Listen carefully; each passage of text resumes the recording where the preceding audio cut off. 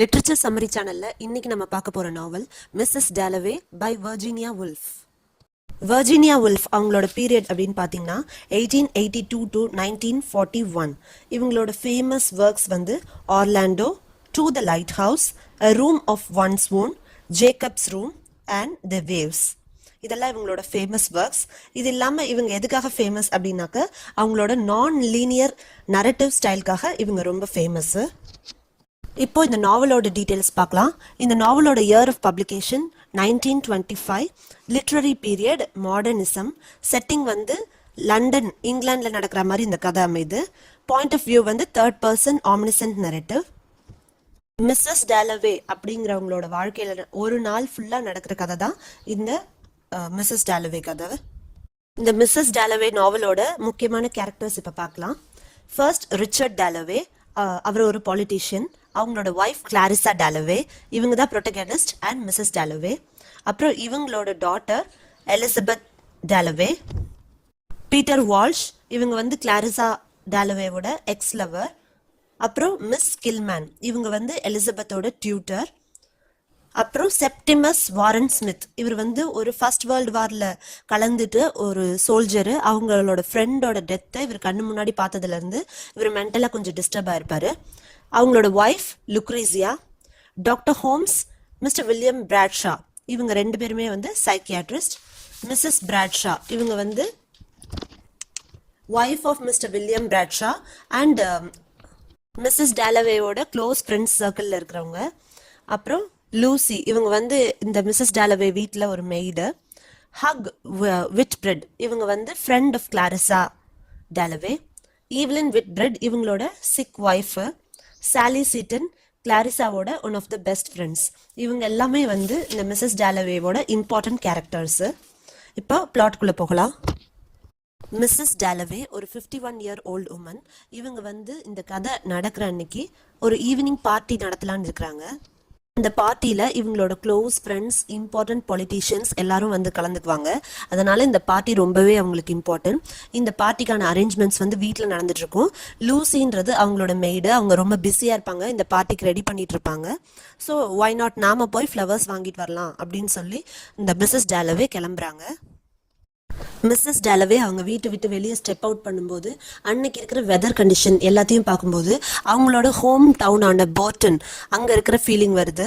18 year old மாதிரி ஒரு feel பண்ணுறாங்க. அவங்களோட டீனேஜ் இயர்ஸில் எப்படி அவங்க லைவ்லியாக இருந்தாங்க, ஆக்டிவாக இருந்தாங்க அப்படின்னு நினச்சபடியே போகிறாங்க. எப்படி பீட்டர் வால்ஷ் அப்படிங்கிறவர் அவர் பின்னாடியே சுற்றி சுற்றி வந்தாங்க. அவங்க வந்து பாக்கெட் நைஃப் வச்சு மேனரிசம் பண்ணி காட்டினாங்க, இவங்களை இம்ப்ரெஸ் பண்ண ட்ரை பண்ணாங்க. இது எல்லாமே அவங்களுக்கு ஞாபகம் வருது. இதெல்லாம் வந்து நினச்சபடியே இவங்க வந்து ஃப்ளவர் ஷாப்புக்கு நடக்கிறாங்க. வழியில் வெஸ்ட்மின்ஸ்டரை கடந்து போகிறாங்க. அதுக்கப்புறம் sound of Big Ben clock இருக்கு இல்லையா, கடிகாரம், அந்த பிக் பென் சவுண்ட் எல்லாம் கேட்குது. அதையும் தாண்டி அப்படியே போகிறாங்க. லண்டன் வந்து வேர்ல்டு வார் 1க்கு அப்புறம் இப்போ நல்லா மாறி இருக்கிறது இவங்களுக்கு தெரியுது. அந்த மாற்றங்கள் வந்து இப்போதான் கொஞ்சம் நார்மாலிட்டிக்கு வந்திருக்கு. ஸோ அது இவங்களுக்கு ஹாப்பியாக இருக்குது. அவங்களோட ஃப்ரெண்டான ஹக் ஒயிட் பிரெட் அவங்கள வந்து மீட் பண்ணுறாங்க. அவங்களோட ஒய்ஃப் வந்து ஈவ்லின் ஒயிட் பிரெட். அவங்க வந்து இப்போ ரொம்ப சிக்காக இருக்கிறாங்க. அவங்கள நல்லா விசாரித்தபடியே திரும்ப போகிறாங்க. ஹக் ஒயிட் பிரெட் எப்பவுமே இவங்களுக்கு ரொம்ப கம்ஃபர்டபுளான ஒரு பர்சன். ஆனால் பீட்டர் வால்ஷ் அப்புறம் அவங்களோட ஹஸ்பண்ட் ரிச்சர்ட் டாலவே, இவங்க ரெண்டு பேத்துக்குமே வந்து ஹக் ஒயிட் பிரெட்டை பிடிக்காது. ஏன்னா அவங்க வந்து ரொம்ப கிளாரிசா கூட ஈஸியாக பேசுறது இவங்களுக்கு பிடிக்கல. ரெண்டு பேருக்குமே கொஞ்சம் ஜெல்லஸ் ஆகும். இருந்தாலும் ஹக் வந்து எப்பவுமே இவங்களுக்கு ஒரு நல்ல ஃப்ரெண்டு தான். அப்படியே பாண்ட் ஸ்ட்ரீட் வழியாக நடந்து போகிறாங்க. பாண்ட் ஸ்ட்ரீட் லண்டன் வந்து ஃபுல் ஆஃப் ஷாப்பிங் ஐட்டம்ஸாக இருக்குது. ஷூஸ், கிளவுஸ், ஆக்சசரிஸ் எல்லாமே விற்கிற கடை எல்லாமே வந்து பாண்ட் ஸ்ட்ரீட்டில் தான் இருக்குது. இவங்களுக்கு ஷாப்பிங் பண்ணுறது ரொம்பவே பிடிக்கும். ஆனால் இவங்களோட டாட்டரான எலிசபெத் அவங்களுக்கு இதிலெல்லாம் இன்ட்ரெஸ்ட் இல்லை. அவங்க வந்து ஒரு டீனேஜாக இருந்தாலும் அவங்களுக்கு வந்து இந்த மாதிரி ஷாப்பிங் இதிலெல்லாம் இன்ட்ரெஸ்டே கிடையாது. இப்போ அவங்களோட அப்சஷன் எல்லாமே வந்து மிஸ் கில்மேன் அப்படிங்கிறவங்க தான். அவங்களோட டியூட்டர். அவங்க வந்து இவங்களை ப்ரேயர் மீட்டிங்ஸ்க்கு கூட்டிகிட்டு போய் அந்த மாதிரி ரொம்ப ரிலீஜியஸாக வச்சுருக்குறாங்க. அவங்களோட இன்ஃப்ளூயன்ஸ்னால இவங்களுக்கு இந்த எக்ஸ்டர்னல் திங்ஸ்னாலலாம் இன்ட்ரெஸ்ட் இல்லை. இது கிளாரிசாக்கு ரொம்பவே கஷ்டமா இருக்கு. ஏன்னா இவங்க ஒரு நார்மல் உமனா இல்லையே அப்படின்னு சொல்லி இவங்க நினைக்கிறாங்க. அட் லாஸ்ட் கிளாரிசா வந்து ஃப்ளவர் ஷாப் வந்து அடையிறாங்க. ஃப்ளவர்ஸ் எல்லாம் பர்ச்சேஸ் பண்றாங்க. சத்தமா ஒரு கார் பேக் ஃபயர் ஆகிறது கேக்குது. அது ஒரு ஆக்சிடென்ட் மாதிரி நடக்குது. அங்க எல்லாரும் வந்து கேதர் ஆகுறாங்க. யாரோ ஒரு இம்பார்ட்டன்ட் பர்சன் அந்த கார்ல இருக்கிறாங்க அப்படிங்கிறது அவங்களுக்கு எல்லாருக்கும் புரியுது. கிளாரிசா மேபி இது குவீனா கூட இருக்கலாம் அப்படின்னு சொல்லி நினைக்கிறாங்க. இதே கார் பேக் ஃபயரிங் ஆக்சிடென்ட்டை வந்து செப்டிமஸ் வாரன் ஸ்மித் அப்படிங்கிற சோல்ஜரும் வந்து பார்க்குறாரு. அவர் ஏற்கனவே டீப்பாக டிஸ்டர்ப் ஆயிருக்கிறாரு. இந்த horrors of the first world வாரில் அவர் பார்த்து ரொம்ப டீப்பாக டிஸ்டர்ப் ஆயிருக்காரு. அவர் கண்ணு முன்னாடியே அவரோட ஃப்ரெண்ட் இவான்ஸ் அவர் இறந்து போயிருக்கிறாரு. அதுலேருந்து இவருக்கு ரொம்ப மனசு டிஸ்டர்ப் ஆயிடுச்சு. இவங்களோட ஒய்ஃப் லுக்ரீசியா தான் இவங்களை வந்து பார்த்துக்கிறாங்க. எப்போ பார்த்தாலும் சூயிசைடல் இன்ஸ்டிங்ஸ் இருந்துகிட்டே இருக்குது நம்ம வாரன் ஸ்மித்துக்கு. ஒரு ஏரோப்ளேன் தலை மேல பறக்குது. அது வந்து ஏதோ அட்வர்டைசிங்காக யூஸ் பண்றாங்க. ஆனா வாரன் ஸ்மித் அதை பார்த்து பயந்துக்கிறாரு. எனிமி வந்து ஏதோ கோடட் மெசேஜ் அனுப்புறாங்க அப்படின்னு சொல்லி இவரே நினைச்சுக்கிறாரு. இப்போ செப்டிமஸ் வாரன் ஸ்மித் இவரோட கதைக்குள்ள நாங்க போறோம். ரீஜன்ஸ் பார்க்ல வெயிட் பண்றாங்க இவங்க. உங்களோட சைக்காலஜிஸ்டான டாக்டர் ஹோம் ஸ்மித்துக்கு ஒரு ப்ராப்ளமும் இல்ல, really there is nothing wrong அப்படின்னு சொல்லிடுறாரு. ஆனா இவருக்கு என்னமோ எல்லாமே வித்தியாசமா தெரியுது. அடிக்கடி அவரோட ஃப்ரெண்ட் இவான்ஸ் அவரு கூட வந்து பேசிட்டு இருக்கிறாரு. அவங்களோட ஒய்ஃப் லுக்ரீசியா வந்து actually she is from Italy. அவங்க இட்டாலியை ரொம்ப மிஸ் பண்றாங்க. இன்னைக்கு இன்னொரு சைக்காலஜிஸ்டான வில்லியம் பிராட்ஷாவை மீட் பண்ணும் அப்படின்னு சொல்லி நினைச்சிட்டு இருக்கிறாங்க. இப்போ கதை திரும்பவும் வந்து மிஸ்ஸஸ் டாலவே வீட்டுக்கு வந்துருது. மிஸ்ஸஸ் டாலவே அவங்க வீட்டில் வெயிட் பண்ணிட்டு இருக்கிறாங்க. லூசி மெய்டு அவங்க இருக்கிறாங்க இல்லையா, அவங்க வந்து ரிச்சர்ட் வந்து மிஸ்ஸஸ் பிரர்டன் அவங்க வீட்லயே வந்து மத்தியானம் லஞ்ச் முடிச்சுக்குவாரு அப்படின்னு சொல்லி சொல்றாங்க. கிளாரிசா வந்து அது கேட்குறாங்க. ஒரு மாதிரி அவங்களுக்கு ரொம்ப கஷ்டமா இருக்குது. ரிச்சர்ட் வந்து அவங்களுக்கு வேணுங்கிற ஸ்பேஸ், இண்டிபெண்டன்ஸ் எல்லாமே கொடுத்துருக்கிறாரு. ஆனாலும் அவங்களோட இன்டிமேட் ஆகிறதுக்கு இவருக்கு அந்த அளவுக்கு இவங்களுக்கு வாய்ப்பே கொடுக்கறது கிடையாது. அவர் வந்து அவரோட சர்க்கிள்லேயே இருக்கிற மாதிரி இவங்களுக்கு ஃபீல் ஆகுது. இவங்க சம்டைம்ஸ் லோன்லியா இருக்கிற மாதிரி இவங்களுக்கு தோணுது. அப்போ கிளாரிசாவோட தாட்ஸ்ல வந்து ஃப்ரெண்ட் சாலி சீட்டன் அவங்க ஞாபகத்துக்கு வராங்க. எப்படி இவங்க 2 பேரும் நல்ல ஃப்ரெண்ட்ஸ் ஆனாங்க அப்படின்னு சொல்லி இவங்க ஞாபகப்படுத்தி பாக்குறாங்க. சாலி வந்து இவங்களுக்கு ரொம்ப நல்ல ஃப்ரெண்டா இருந்திருக்காங்க. அவங்க ஒரு ஃப்ரீ ஸ்பிரிட்டட் பர்சன். அவங்க நினைச்சதை பேசுவாங்க, நினைச்சதை செய்வாங்க. அந்த விஷயங்கள் எல்லாம் மிஸ்ஸஸ் டாலவே கிளாரிசாக்கு ரொம்ப பிடிச்சிருந்தது. அவங்களோட டீனேஜ்ல நிறைய டைம் வந்து இந்த சாலி கூட இவங்க ஸ்பெண்ட் பண்ணாங்க. ஈவன் அவங்கள பார்த்து இவங்க அட்ராக்ட் ஆனாங்க அப்படின்னே சொல்லலாம். ஒரு அக்கேஷன்ல இவங்க கிஸ் பண்ணாங்க. ஆனா பீட்டர் வந்து அதை இன்டரப்ட் பண்ணியிருப்பாரு. இதெல்லாம் வந்து அவங்க ஞாபகத்துக்கு வருது. சாலி ஸ்வீட்டனோட நினைவுகள்லாம் ஓரம் கட்டி வச்சுட்டு இன்னைக்கு ட்ரெஸ் ப்ரிப்பேர் பண்ணலாம், ஈவினிங் பார்ட்டி இருக்கு அப்படின்னு சொல்லி போய் ட்ரெஸ் ப்ரிப்பேர் பண்ண போவாங்க. அப்போ இவங்க ட்ரெஸ் ரெடி பண்ண போவாங்க. அவங்க அன்னைக்கு ஈவினிங் கிரீன் கலர் ட்ரெஸ் போட போறாங்க. ஸோ அதை ரெடி பண்ணிட்டே இருப்பாங்க. அப்போ பீட்டர் வால்ஷ் திடீர்னு வருவாரு. இவங்க எக்ஸ்பெக்ட் பண்ணியிருக்கவே மாட்டாங்க. பீட்டர் வால்ஷ் பார்த்து ரொம்ப வருஷம் ஆயிருக்கும். அவங்க வந்து இந்தியால இருந்து அன்னைக்கு தான் இவங்களை பார்க்கறதுக்காக வந்திருப்பாரு.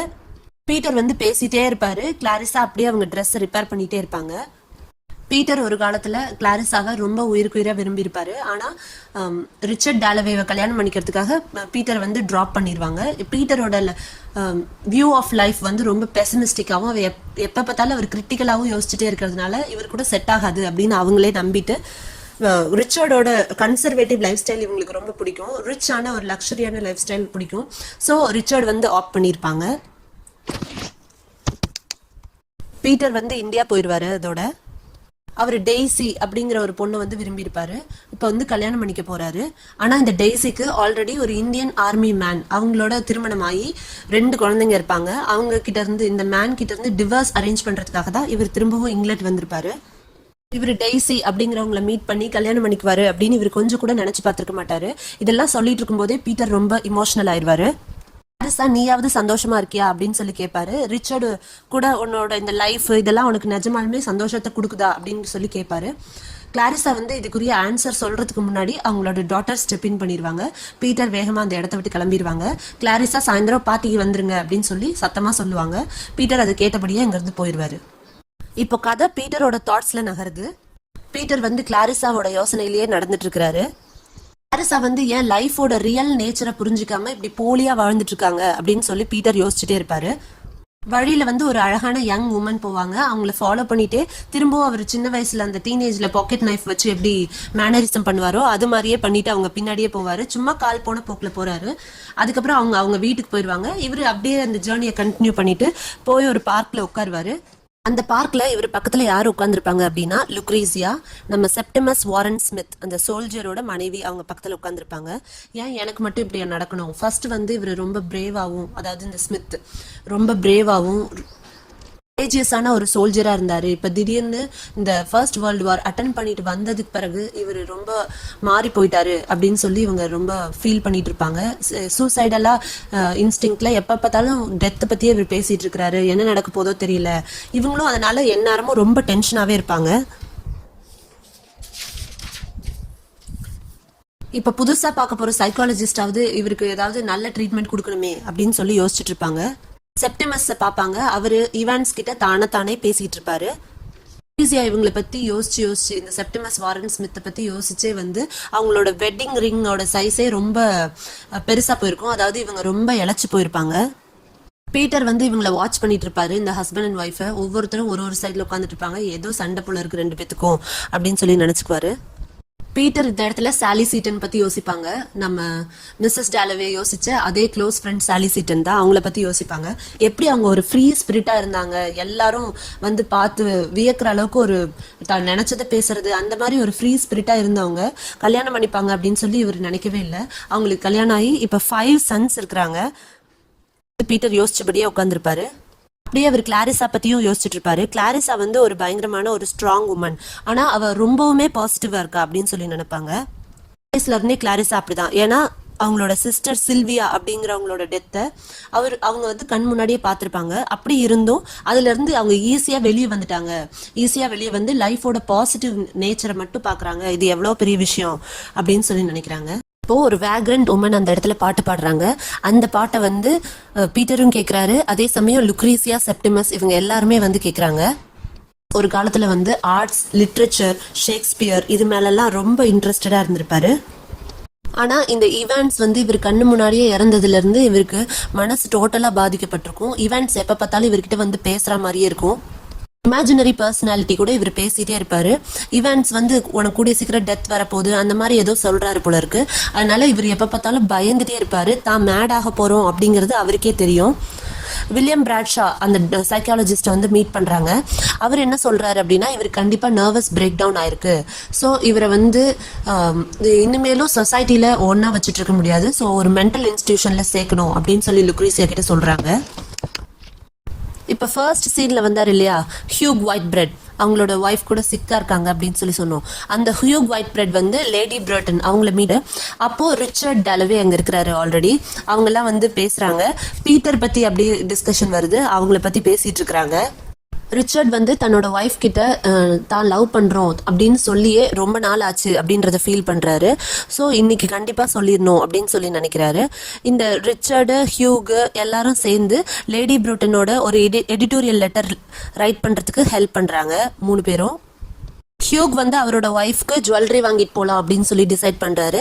ரிச்சர்ட் வந்து மிஸ்ஸஸ் டாலவேக்கு பிடிச்ச ஃப்ளவர்ஸ் வாங்கிட்டு போலாம் அப்படின்னு சொல்லி நினைக்கிறாரு. ஃப்ளவர்ஸ் வாங்கிட்டு அவங்க கிட்ட போறாரு. ஆனா கடைசி வரலையும் அவரோட லவ்வை வந்து எக்ஸ்பிரஸ் பண்ணவே இல்லை அவரு. இப்ப கதை மிஸ் கில்மேன் அவங்களோட தாட்ஸ்க்கு போது. எலிசபெத் வந்து வீட்டுக்குள்ள வராங்க. கீழே பார்த்தா மிஸ் கில்மேன் வந்து நின்று இருக்கிறாங்க. ஸோ அவங்க தாட்ஸ்குள்ள போகுது இந்த கதை. மிஸ் கில்மேனுக்கு மிஸ்ஸஸ் டாலவே கண்டா சுத்தமா பிடிக்கல. ஏன்னா அவங்க பார்ட்டிஸ் அந்த மாதிரி எந்நேரமும் ஆடம்பரம் தான் பண்ணிட்டு இருக்காங்க அப்படின்னு சொல்லி நினைக்கிறாங்க. எலிசபெத் திரும்பி வந்த உடனே அவங்க கிட்ட ரொம்ப லெக்சர் எடுக்கிற மாதிரி பேசிட்டே இருக்கிறாங்க. காட் ஆஃபரிங், சாக்ரிஃபைஸ் இதெல்லாம் பத்தி பேசிட்டே இருக்கிறாங்க. எலிசபெத்க்கு ஒரு கட்டத்துல எப்படா தப்பிப்போம் அப்படின்னு ஆயிருது. ஸோ மிஸ் கில்மேனை விட்டு தப்பிச்சு ஒரு ப்ரொஃபஷன் நம்ம போய் சேர மாட்டோமா, எதர் ஒரு லாயர் இல்லைன்னா அப்பா மாதிரி ஒரு பாலிட்டிஷியன், அந்த மாதிரி ஏதாவது ஒரு ப்ரொஃபஷன்ல போகணும் அப்படின்னு சொல்லி நினைக்கிறாங்க. செப்டிமஸ் வாரன் ஸ்மித்தும் லுக்ரீசியாவும் அவங்க வீட்டில் இருக்கிறாங்க. அப்போ ஷேக்ஸ்பியர் வார்த்தைகளான ஃபியர் நோ மோர் அப்படிங்கிறத செப்டிமஸ் வாரன் ஸ்மித் அவர் ரிப்பீட் பண்ணிட்டே இருக்கிறாரு. லுக்ரீசியா வந்து ஹேட் ரெடி பண்ணிட்டு இருக்கிறாங்க. கொஞ்ச நேரம் இவங்க இது செப்டிமஸும் வந்து அவங்களோட சேர்ந்து உட்காந்து எல்லாம் செய்யறாங்க. 2 பேரும் கொஞ்சம் செரிஷபிள் மொமெண்ட் மாதிரி பேசி சிரிச்சு அந்த மாதிரி இருக்கிறாங்க. திடீர்னு பார்த்தா வில்லியம் பிராட்ஷா அவங்களோட மென் கூட்டிட்டு வந்திருக்காரு. அவர் வந்து வாரன் ஸ்மித்தை மென்டல் இன்ஸ்டிடியூஷனுக்கு கூட்டிகிட்டு போகிறதுக்காக வந்திருக்காரு. ஸோ அவங்க கீழே இருந்து பெல் அடிக்கிறாங்க. இவர் லுக்ரீசியா வந்து போய் டோர் ஓப்பன் பண்ணுறதுக்காக கீழே போகிறாங்க. செப்டிமஸ் வாரன் ஸ்மித் அவர் யோசிக்கிறாரு, எப்படியாவது இந்த சுச்சுவேஷன்ல இருந்து தப்பிக்கணும் அப்படின்னு சொல்லி நினைக்கிறாரு. எப்படி உயிரை மாச்சிக்கிறது அப்படின்னு தெரியாம விண்டோ ஓபன் பண்ணி அது மூலயமா குதிச்சு அப்படியே இறந்துடுறாரு. ஸோ செப்டிமஸ் வாரன் ஸ்மித்தோட லைஃப் வந்து டிராஜிக்கா முடியுது. அந்த பிக்கப் பண்ண வந்த ஆம்புலன்ஸை பார்க்குறாரு பீட்டர். பீட்டர் வந்து எந்த அளவுக்கு லண்டன் முன்னேறிடுச்சு அப்படின்னு சொல்லி மார்வெல் பண்ணுறாரு. லண்டனோட சிவிலைசேஷன்லாம் யோசிச்சு எந்த அளவுக்கு லண்டன் முன்னேறிச்சு அப்படின்னு சொல்லி நினைக்கிறாரு. மிஸ்டர் பிராட்ஷாவும் மிஸ்ஸஸ் பிராட்ஷாவும் டாலவே ஈவினிங் ஆகுது. மிஸ்ஸஸ் டாலவே அவங்களோட பார்ட்டி நடக்குது.